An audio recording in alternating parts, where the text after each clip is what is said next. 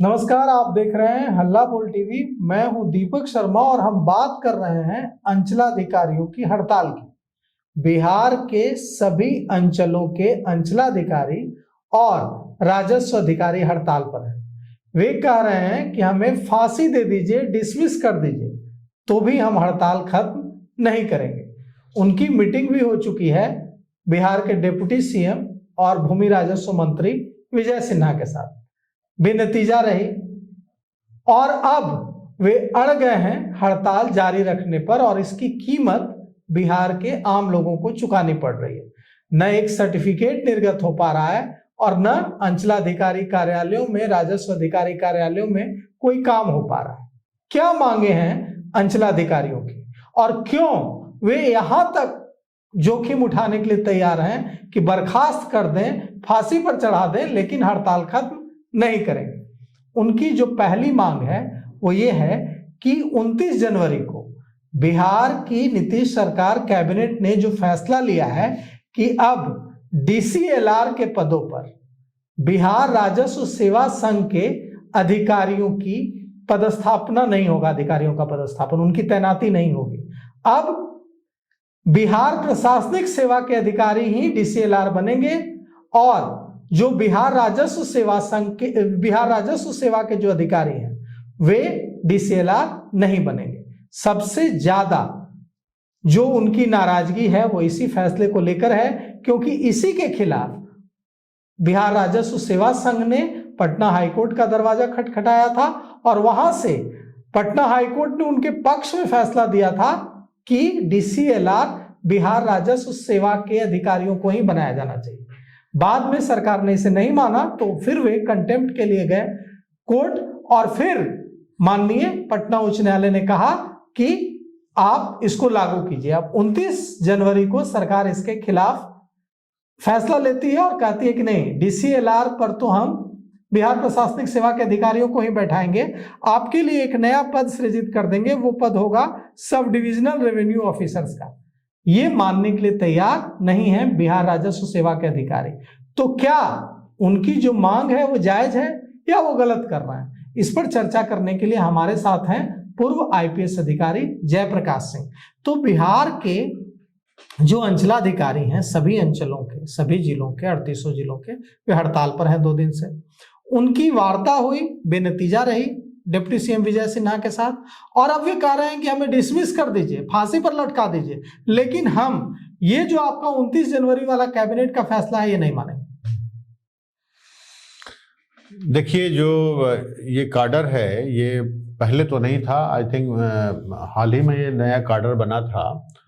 और जब भी आप नया काडर बनाते हैं तो काडर के अधिकारियों को एश्योर्ड करियर प्रोग्रेशन देते हैं। इतने साल में ये इस पद पे जाएंगे, इतने साल में प्रमोशन पे इस पद पे जाएंगे और इंश्योर करते हैं कि उनके करियर में समय के अनुरूप उनको प्रोन्नति मिलते रहे, जिससे कि आकर्षण बने और बेहतर से बेहतर वो जन सेवा कर सकें। आमतौर पे इससे छेड़छाड़ नहीं किया जाता है। अगर जरूरत हुआ और काडर स्ट्रेंथ बढ़ा तो नए पदों का सृजन किया जाता है कि ज्यादा संख्या में अगर नीचे लेवल पर ऑफिसर चाहिए तो उनको भी प्रमोशन मिलना चाहिए, तो ऊपर भी पद क्रिएट होते हैं। बट आमतौर पे to the disadvantage of the cadre कोई निर्णय सरकार नहीं लेती है। और इस केस में संभवतः इस काडर के जो संघ के अधिकारी हैं वो हाईकोर्ट भी जा चुके हैं, तो तमाम इसके लीगल, और हाईकोर्ट ने कहा भी दिया है कि डीसीएलआर बिहार राजस्व सेवा के अधिकारियों को बनाया जाए। उसके बाद सरकार ने नहीं माना तो इन लोगों ने कंटेम्प्ट के लिए भी ये लोग गए। तो इसकी जो तमाम जो लीगल पहलू है एक, और दूसरा कि इस सेवा के हित के लिए और ओवरऑल बिहार के हित के लिए क्या जरूरी है, दोनों पहलुओं को हाई कोर्ट ने जरूर देखा होगा और उसके बाद इस नतीजे पर हाई कोर्ट पहुंची है कि डीसीएलआर का पद जो है राजस्व सेवा के अधिकारियों के पास ही रहना चाहिए। ऐसे में जिस तरह से कैबिनेट का रिजोल्यूशन आया है और उसके माध्यम से डीसीएलआर के पोस्ट पर बिहार एडमिनिस्ट्रेटिव सर्विस के ऑफिसर को पोस्ट करना और नए पोस्ट का सृजन करना, जो सब डिविजनल रेवेन्यू ऑफिसर, ये पूरी तरह से ये दिखाता है कि सरकार की मंशा है कि हाई कोर्ट के ऑर्डर को किस रूप में तामील नहीं किया जाए और इस सेवा में जो एक इम्पोर्टेंट पद था डीसीएलआर का, कैसे इन लोगों को इनसे वंचित किया जाए। तो ये सरकार की मंशा है और मैं समझता हूं तो यहाँ सबसे बड़ा सवाल ये है कि सरकार के लिए सारी सेवाएं बराबर हैं। सरकार को क्यों इतना बिहार प्रशासनिक सेवा से लगाव है कि उसके लिए सरकार जो है बिहार राजस्व सेवा संघ के अधिकारियों को एकदम फांसी पर चढ़ाने पर तुली हुई है। वे तो कह रहे हैं कि डीसीएलआर के पद से हमें वंचित करना एकदम सजा देने के समान है। ये सजा तो है ही है, बिकॉज देखिए डिस्ट्रिक्ट लेवल पर एक इम्पोर्टेंट पद है। दूसरी बात है, इसको अगर हम दूसरे एंगल से देखें तो जो सर्किल लेवल पर रेवेन्यू ऑफिसर होता है, लैंड रिकॉर्ड्स को तो वही देखता है। बिहार प्रशासनिक सेवा के अधिकारियों को लैंड रिकॉर्ड की वो जानकारी नहीं है जो इन अधिकारियों को है, जो सीओ और रेवेन्यू ऑफिसर्स को है। तो फिर जो डीसीएलआर का काम को प्रशासनिक अधिकारियों के तुलना में राजस्व अधिकारी बेहतर ढंग से कर सकते हैं। इसलिए सवाल केवल काडर का नहीं है, सवाल है जनहित का भी।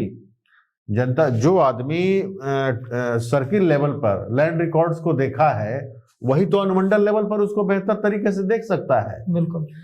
तो ये लोगों के साथ भी नाइंसाफी है, जनहित के साथ भी ये धोखा है, छलावा है।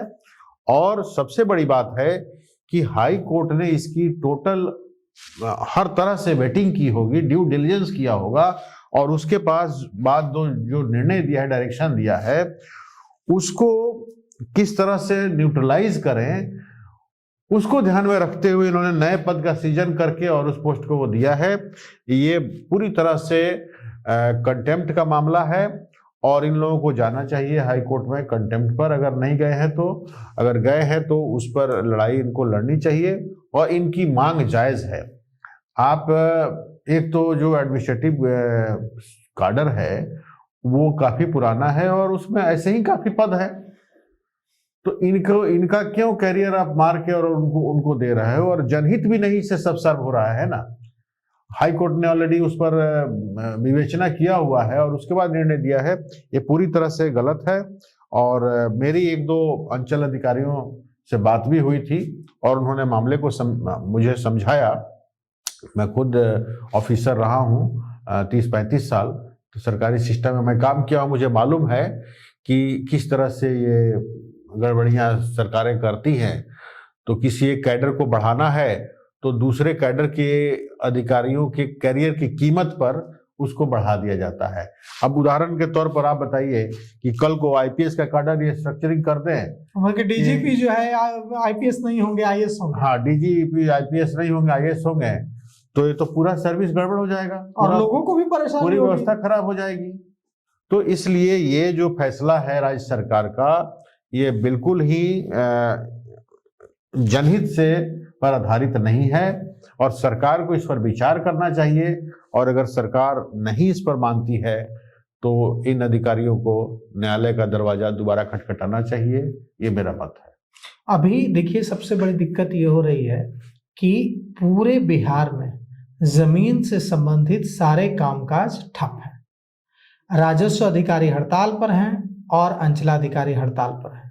इसकी वजह से जहां यह उम्मीद जगी थी कि तेजी से काम होगा, दाखिल खारिज में समय नहीं लगेगा, जो परिमार्जन है उसमें समय नहीं लगेगा, दूसरे काम फटाफट होंगे, अब ये जितने दिन हड़ताल चलेगी उतना और बैकलॉग जाएगा, उतना और पीछे होगा, लोगों को उतनी परेशानी होगी।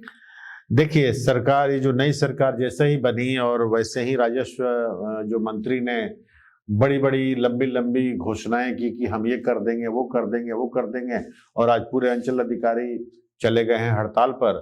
आम आदमी के काम से इनको क्या मतलब है? मुझे तो एक कहावत याद आ रही है कि जब रोम जल रहा था तो नीरो बांसुरी बजा रहा था। ये लोग केवल टीवी में और मीडिया में आके बड़े बड़े वादे करते हैं और जनता के साथ छल होता है। तो देखिए अब इस मामले में क्या कुछ होता है, क्योंकि सरकार और अंचलाधिकारी पूरी तरह से आमने सामने आ गए हैं। कल शाम बिहार के डिप्टी सीएम विजय कुमार सिन्हा और बिहार राजस्व सेवा संघ बिरसा के अध्यक्ष, सचिव और दूसरे पदाधिकारियों की मीटिंग होती है। उस मीटिंग में पूछते हैं मंत्री डिप्टी सीएम की हड़ताल खत्म मान लें। कहते हैं बिरसा के सारे अधिकारी की जी सर हम लोग बात कर लेते हैं। उसके बाद हड़ताल खत्म नहीं होती है।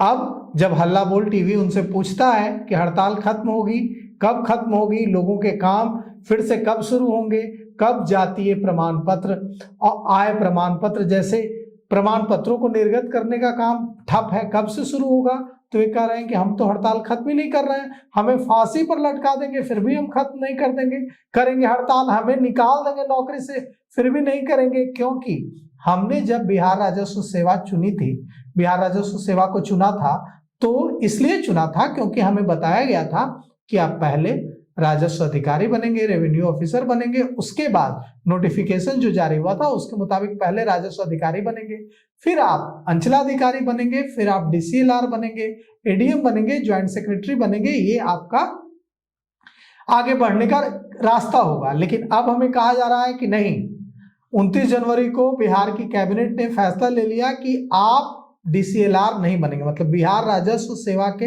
अधिकारी डीसीएलआर नहीं बनेंगे, बिहार प्रशासनिक सेवा के अधिकारी डीसीएलआर बनेंगे। और बिहार राजस्व सेवा के अधिकारियों के लिए एक नया पद क्रिएट किया गया, नया पद सृजित किया गया, सब डिविजनल रेवेन्यू ऑफिसर। यह मंजूर नहीं है बिहार राजस्व सेवा के अधिकारियों की, और यह लड़ाई लंबी जाती हुई दिख रही है और इसका भुगतान बिहार की जनता को करना पड़ेगा, जो गांव देहात से रोज अपनी पोटली लेकर कागजात की अंचलाधिकारी कार्यालय आएंगे और फिर वापस जाएंगे कि हड़ताल चल रही है। तो हम चाहेंगे कि हड़ताल जल्द खत्म हो और एक रास्ता निकले जिससे बिहार राजस्व सेवा के जो अधिकारी हैं उनके हितों की भी अनदेखी ना हो, और जो ये रोज अपने कामों के लिए अंचल कार्यालय आने वाले लोग हैं उनका काम भी फिर से शुरू हो सके। तो फिलहाल इस पेशकश में इतना ही। आगे की खबरों के लिए देखते रहिए हल्ला बोल टीवी। शुक्रिया।